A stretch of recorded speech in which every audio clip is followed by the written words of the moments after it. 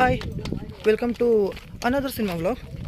So previous ಆಗಿ ಒಂದು ವಿಡಿಯೋದಾಗ ನೀವು ಸಿನಿಮಾದಾಗ ಯೂಸ್ ಆಗ್ತಕ್ಕಂಥ ಒಂದು ಮೇಜರ್ ಥಿಂಗ್ ಸ್ಕ್ರಿಪ್ಟ್ ಅನ್ನೋ ಒಂದು ವಿಚಾರದ ಬಗ್ಗೆ ನಮಗೆ ಹೇಳಿದ್ದ.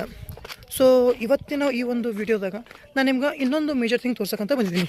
ಏನಪ್ಪ ಅಂತಂದ್ರೆ ಇದೇ ನೋಡಿರಿ, ನೀವು ಹಿಂದೆ ನೋಡಕತ್ತಿದ್ದೀರಲ್ಲ ಪ್ಲೇಸ್. ಆ್ಯಂಡ್ ಇದಕ್ಕಿಂತ ಮುಂಚೆ ಒಂದು ವಿಡಿಯೋ ನೋಡಿದ್ರಲ್ಲ ನೀವು, ಅದು ಆ ಒಂದು ಎರಡನೇ ಪಾಯಿಂಟ್ ಹೆಸರು ಏನಪ್ಪ ಅಂತಂದ್ರೆ ಲೊಕೇಶನ್. ಈ ಲೊಕೇಶನ್ ಅನ್ನೋದು ಭಾಳ ಮ್ಯಾಟ್ರ್ ಆಗುತ್ತೆ ಸಿನಿಮಾದಾಗ.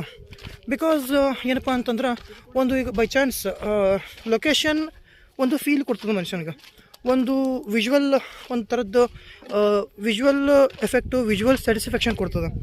ಇದು ಸಿನಿಮಾನ ಗೆಲ್ಸೋದ್ರಾಗ one of the major roll.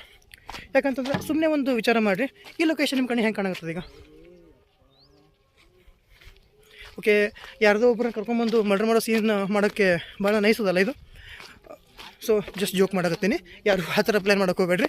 ಆಮೇಲೆ ಮತ್ತು ನಾನು ಹಾಕೊಂಡು ಜಚ್ಚಾಕ್ಬಿಡ್ತಾರೆ ಯಾರಾದರೂ. ಸೊ ಏನಂತಂದ್ರೆ, ಸೊ ಇದೇ ಒಂದು ಸೀನ್ನ ನಾವು ಒಂದು ಯಾವುದೋ ಮನೆ ಒಳಗೆ ಮಾಡ್ತೀವಿ ಅಂತಂದ್ರೆ ಬರಲ್ಲ ಅದು. ಸೊ ಈ ಥರದ್ದೊಂದು ಇದು ಇರುತ್ತೆ ಅದು ಕೂಡ.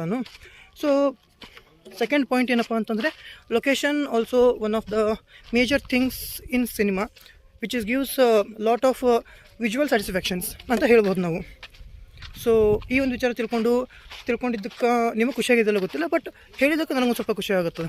ಯಾಕಂತಂದ್ರೆ ಕ್ಯಾಮ್ರಾ ಹಿಂದ್ಗಡೆ ಇರ್ತಕ್ಕಂಥ ಒಂದು ಸ್ಟ್ರಗಲ್ಲು ಭಾಳ ಜನಕ್ಕೆ ಗೊತ್ತಿರಲ್ಲ. ಅದು ಸ್ವಲ್ಪ ಪ್ರಪಂಚದ ಕಣ್ಣಿಗೆ ಬರಬೇಕು ಅನ್ನೋದು ಒಂದೊಂದು ಸ್ವಲ್ಪ ಮನಸ್ಸಿಗೆ ಇರ್ತದೆ.